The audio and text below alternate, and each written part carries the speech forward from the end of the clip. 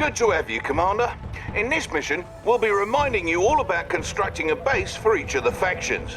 We'll start with the Allies for obvious reasons. First things first, though. On the right side of the screen is the sidebar, which is where you manage all your base construction and unit production. Here we have one of the hated Allied mobile construction vehicles. The MCV will unpack into a construction yard. To unpack it, select it, then click on its special ability button at the bottom right of your screen. Go on, don't be shy. Observe the ghosted image of the construction yard attached to your cursor. Now left-click anywhere on open terrain to open your MCV to unpack at that location. Where is our destination?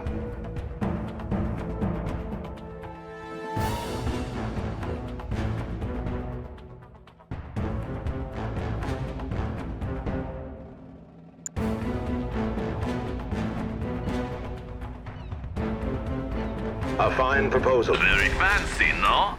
Best remember to use the F hotkey as a shortcut to your unit's special abilities. In general, special abilities are executed with the left mouse button, or cancelled with the right mouse button. However, the right mouse button is used for basic orders. Bear in mind that there may be impassable areas of the map where you're not allowed to place down your structures. When you try to place a structure down over impassable or unbuildable terrain, red cells will appear on the build grid indicating that you're unable to place a structure there. Now that your MCV has unpacked into a construction yard, you should have some new construction options available to you. To access your production structure's build queue, select the con yard or click on the production tab that's flashing. Whoa, look at what we have here. Looks like you have access to build a power plant. Ow! Don't overdo it. Commander, select the power plant button to begin building it. All Allied structures build over time inside the construction yard. Once they're ready, you'll be able to place them on the battlefield right away. Your power plant is now ready to be placed. Simply left-click on its button and move your mouse over open terrain. Then left-click on an open spot on the terrain.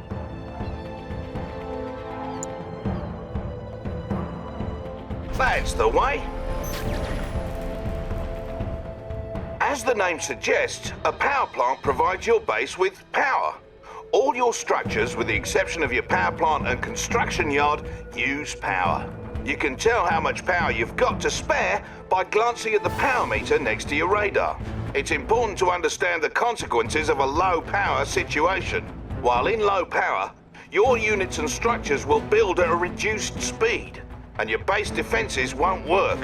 So it's always good to have plenty of power as you build up. The next thing you'll need to get base humming along is an ore refinery. This structure comes with a free prospector vehicle, which will collect ore from that nearby ore mine. To build your ore refinery, select the production tab and select the ore refinery button, just as you did with the power plant.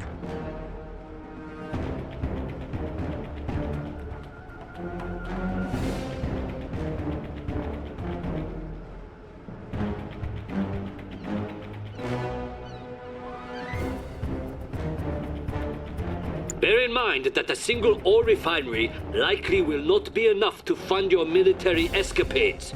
Try to build an ore refinery next to each ore mine near your base, but be careful to defend them.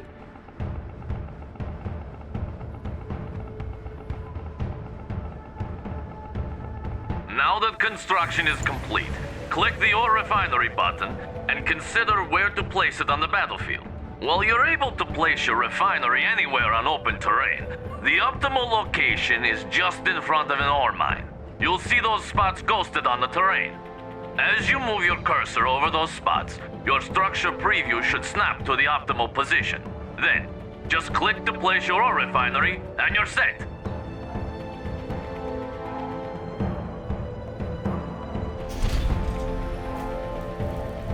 Right.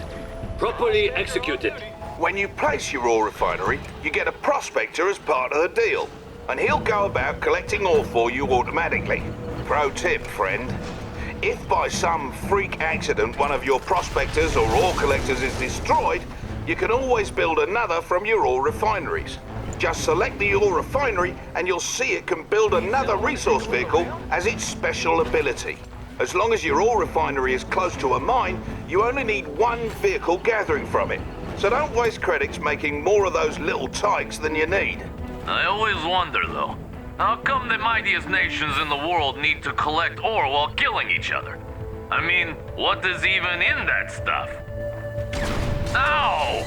Don't ask ridiculous questions! Ore is the primary resource in Red Alert 3.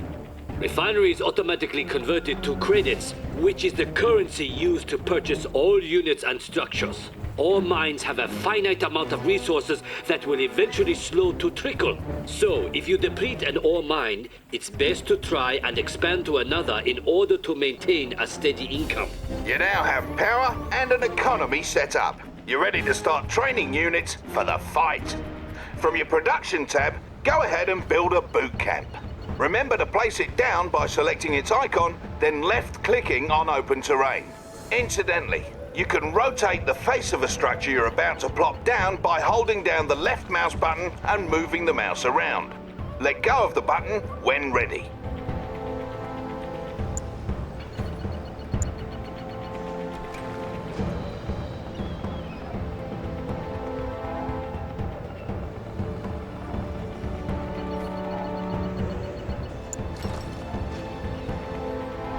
Now that you have a boot camp, you're able to train some infantry. To do this, you may select either your boot camp or the infantry tab under your radar. This will bring up the available units you're able to train. Let's train some so-called peacekeepers. Select the peacekeeper button to start training one. You may queue up multiple peacekeepers by continuing to select on his portrait. Try holding the shift key to queue up 5 of those blokes at a time. You can also halt the production of units or structures by right-clicking on a production button. Right-clicking a second time will cancel production and refund any credits that were spent. Left-clicking on a paused production process will resume production.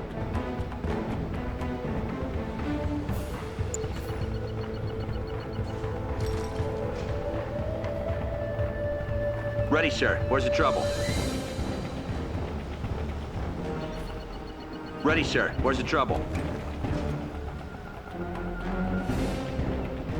You can set a different rally point for them by selecting the structure and right-clicking some other place. Ready, sir. All 3 factions produce units in the same way, from the respective tabs in the sidebar. Ready, sir. By the by, many of your structures aren't restricted to being built on land. You can set them up on water as well. If you build another power plant, try placing it out in the drink. It doesn't cost you any extra, and most ground units won't be able to get to it that way. Observe, however, that allied structures may only be built in the radius surrounding the construction yard. You may expand your build radius by creating command hubs, which convert from your prospectors. Please select your prospector and use its special ability to unpack it somewhere. Across the water, perhaps. Go ahead, Commander.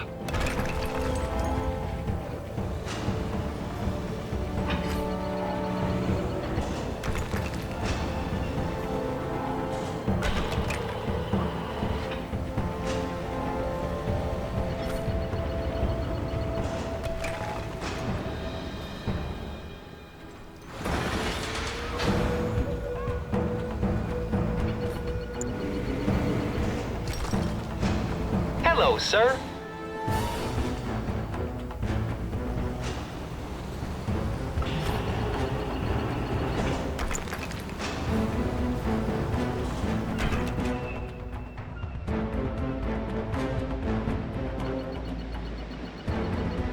That's a great idea.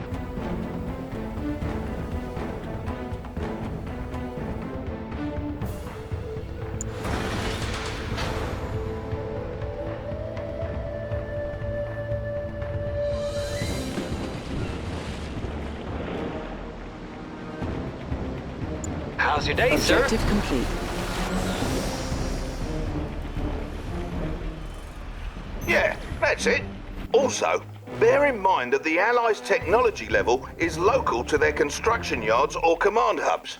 That means not all your production structures on the battlefield may offer you the same construction options. You can upgrade your construction yard or your command hub by clicking the Heightened Clearance button with one of these structures selected. Try requesting heightened clearance on both your con yard and your command hub now.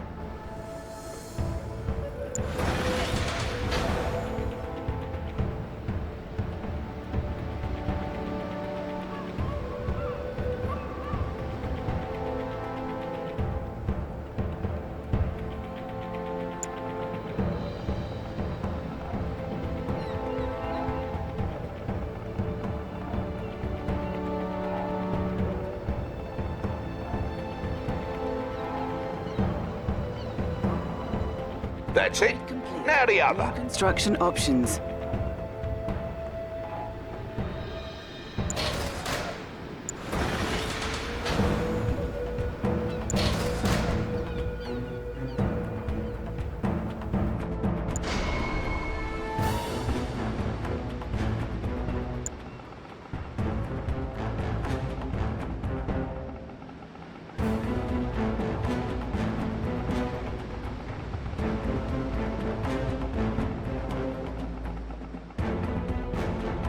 Upgrade complete. Objective complete. There it is. Heightened clearance costs you, and there's an even higher clearance level available after that. You need to decide when and where to request better tech when commanding the Allies, else things may turn rotten. Yes. Also, should you ever have need to run away like a little girl, you may pack up your con-yard, then unpack it on the water. The boot camp and armor facility are the only Allied structures you may not place on the water. Your seaport, on the other hand, is the only structure you may not build on land. Ow! What was that for? Silence! Surely the commander wants to move on to the other factions by now. Feel free to continue dabbling with the Allies, then select me when you are ready to continue. Need someone to take a look around?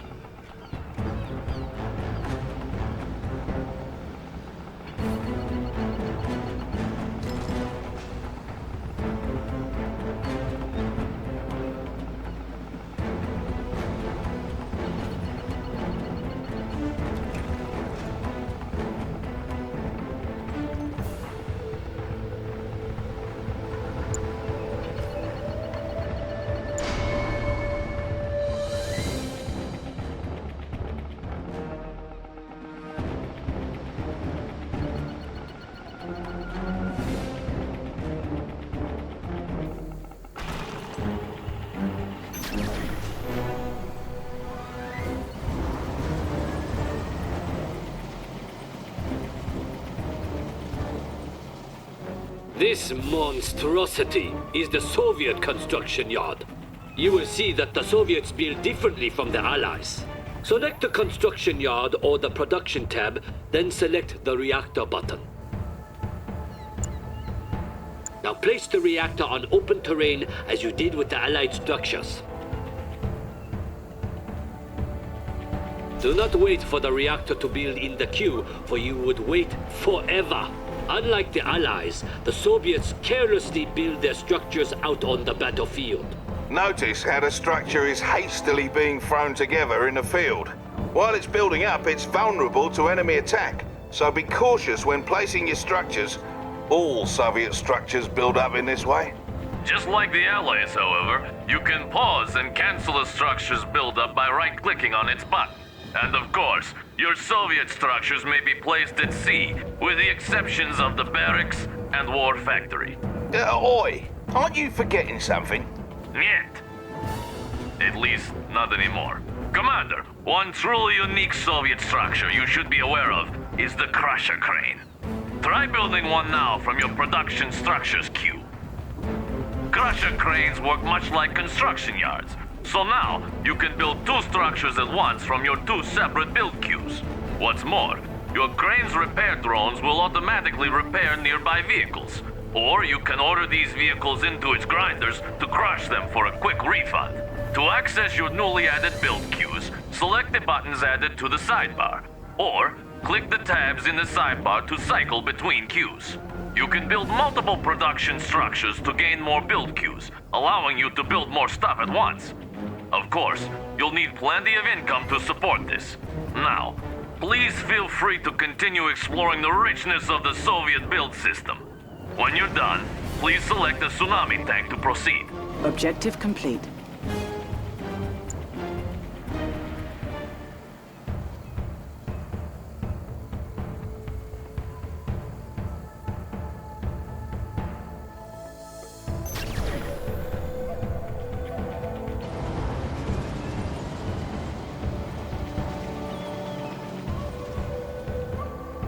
At last!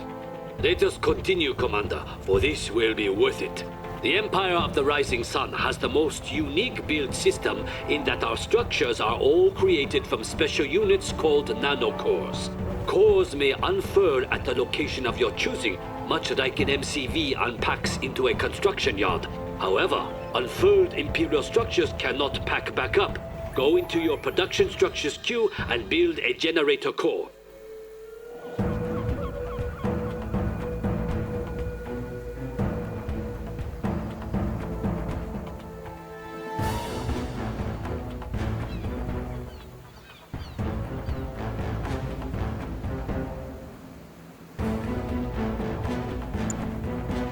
The generator core will be yours to control as soon as it emerges from your construction yard. If you select it, you may give it move commands around the map like any unit. To unfurl it into an instant generator while having it selected, use its unfurled special ability much like you did with the MCV earlier in this lesson. You should now have a ghosted image of the instant generator attached to your cursor. Select a spot on open terrain to make your generator core unfurl at that location.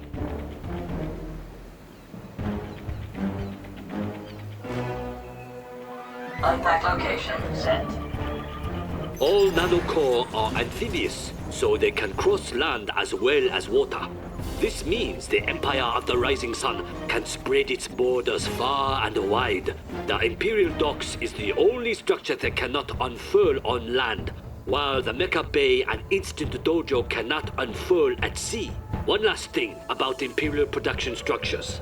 They must be upgraded individually to unlock new construction options. You'll find these upgrades in their build queues. Now, Commander, do you see how superior our production capability is compared with that of my barbaric friends here? I still think ours is better. Oh no. Ow! Ow! Keep fussing with the Imperial build system if you want, and when you're all set, select me and we'll wrap up.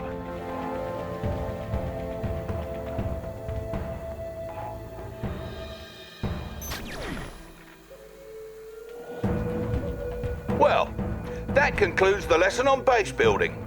Don't worry, the other ones will be shorter. Mostly. Let's shove off, lads.